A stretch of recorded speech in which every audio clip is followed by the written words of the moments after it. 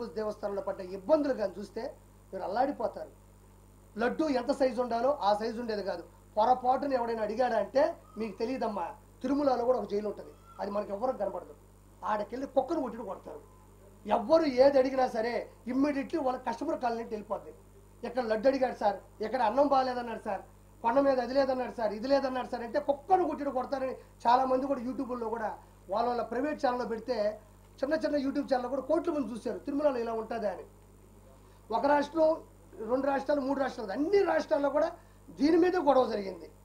ఈరోజు దేవుడి దయ వల్ల వెంకటేశ్వర స్వామి ఆయన కాపాడుకోవడం కోసం కేవలం తిరుమలలో అన్ని విధానాలతో పాటు లడ్డుకు సంబంధించిన విధానాన్ని కూడా ఈరోజు తెలియడం, ఈరోజు కర్ణాటక కానించి, మహారాష్ట్ర కానించి, పూణే కానించి, ఢిల్లీ కానించి, ఆంధ్రప్రదేశ్ కానించి ఎక్కడ పెట్టినా దీని గురించి హిందూ మతస్థులంతా గొడవలు పెట్టుకుంటున్నారు.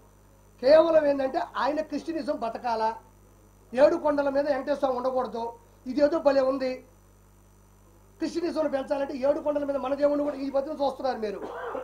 హిందువులు దేవాలయాల్లాగే దేవాలయాల్లో జీసస్ని పెట్టడం, ఆయన మీద శ్లోకాలు రాయడం, పాటలు పాడడం, కోలాటాలు చేయడం చూస్తున్నారు ఈ మధ్యన మీరు. హిందూ దేవాలయాల పోలికతో జీసస్ కూడా అవే చేస్తున్నారు. ఆయన నేను తప్పు అనడంలే, అంటే ఇది ఇంకా పెట్టలేకపోతుంది. హిందువులు చాలా బలంగా ఉన్నారు, మనం కూడా ఏం చేయాలంటే మన దోవలో వస్తున్నారు వాళ్ళు.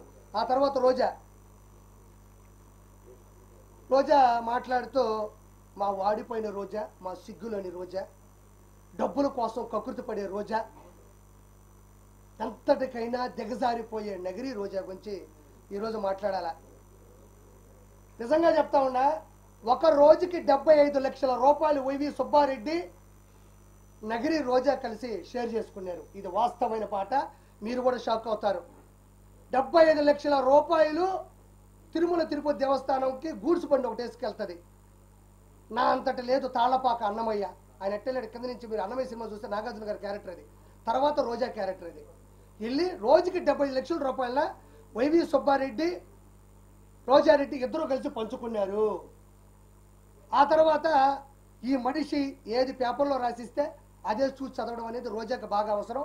నిన్న కూడా మాట్లాడుతూ ఉంది, నేను ఒక తిరుపతి అమ్మాయిగా అనింది. మా అమ్మ వయసు ఉంటుంది ఆవిడకి, మా అమ్మ వయసు రోజాకు ఉంటుంది, తిరుపతి అమ్మాయి అంట. ఇంకా మీకు వయస్సులు కావాలా, నాజూకుతనాలు కావాలా? ఇదే కర్మీది. ఇప్పుడు ఒకరిని ఆంటీ అంటాం, ఒకరిని అమ్మాయి అంటాం, ఒకరిని చిన్న పిల్ల అంటాం, ఇంకొకరిని వృద్ధురాలు అంటాం, వృద్ధాప్యం అంటాం, వయసుకు వచ్చింది అంటాం. ఇది మామూలుగా మనం మాట్లాడే మాటలు. ఈవిడ అమ్మాయి అంట, మా అమ్మ వయసు ఉంటుంది 2 సంవత్సరాలు, మా అమ్మ కన్నా పెద్ద ఉంటావు నువ్వు, ఓబరకాయ మొహం ఒకటి వేసుకొని నేను తిరుపతి అమ్మాయిని అంటే, తిరుపతి అమ్మాయి అనేది ఏమన్నా ప్రొఫెషనల్లా, అదేమన్నా కోర్సా? నువ్వు అమ్మాయి అని చెప్పడం వల్ల నువ్వు సంపాదించిన 3,000 కోట్ల రూపాయలు ఏమన్నా నిలవన కనపడకుండా పోతాయా? లేకపోతే ఈరోజు ఇష్యూ వచ్చిన తర్వాత నువ్వు అమ్మాయిని గుర్తుకొచ్చిందా? నువ్వు ఏ రోజైనా ఓకే నగిరి రోజా అమ్మాయి నేను ఒప్పుకుంటున్నా, ఏ రోజైనా నీ అమ్మాయి అనే దాంట్లో ఆడతనం జనాలకు అర్థమైందా? నువ్వు ఆడ మనిషిలా ఏ రోజైనా మాట్లాడినావా? ఒక ఆడ మనిషి ఎలా అనుకోగా ఉండాలో, ఎలా నెమ్మదిగా ఉండాలో, ఎంత స్థిరత్వంగా ఉండాలో, ఎంత నిశ్చలతనంతో ఉండాలో రోజా ఏ రోజైనా ఆంధ్రప్రదేశ్ కానీ ఉభయ రాష్ట్రాల్లో నగిరి కావచ్చు, చంద్రగిరి కావచ్చు, ఎక్కడ నిలబడినా కూడా పవన్ కళ్యాణ్ గారిని పట్టుకొని గాడిద. ఒక ఆడపిల్లకు ఉండేటువంటి అనుకువ నువ్వు ఎవరికైనా ఇన్స్పిరేషన్గా ప్రపంచం. నిన్ను నేను తిట్టిన ప్రతిసారి చూస్తా కింద ఒక్క బ్యాడ్ కామెంట్ నా మీద ఉండదు. ఇది నీ బతుకు. రోజా గురించి విమర్శించిన ప్రతిసారి, రోజాని నేను ఎదిరించిన ప్రతిసారి కోట్ల మంది చూస్తున్నారు. ఎందుకంటే నిన్ను తిట్టడం వాళ్ళకి ఇష్టమేమో, నిన్ను ప్రశ్నించడం వాళ్ళకి ఇష్టమేమో, నిన్ను నిలదీయడం వాళ్ళకి అంత ప్రేమేమో. మరి నన్ను తిట్టాలగా, ఏమయ్య ఆర్పి ఆమెను ఎందుకు తిడతావు, మాకు ఇన్స్పిరేషను, గౌరవనీయులు, మా మాజీ మంత్రివర్యులు, ఆ మనిషి మంచిదని ఒక్కరు కూడా చెప్పరు. హైలైట్ ఏంటంటే మీ ఇంట్లో ఉండేవాళ్ళు కూడా కామెంట్ పెట్టరు కింద.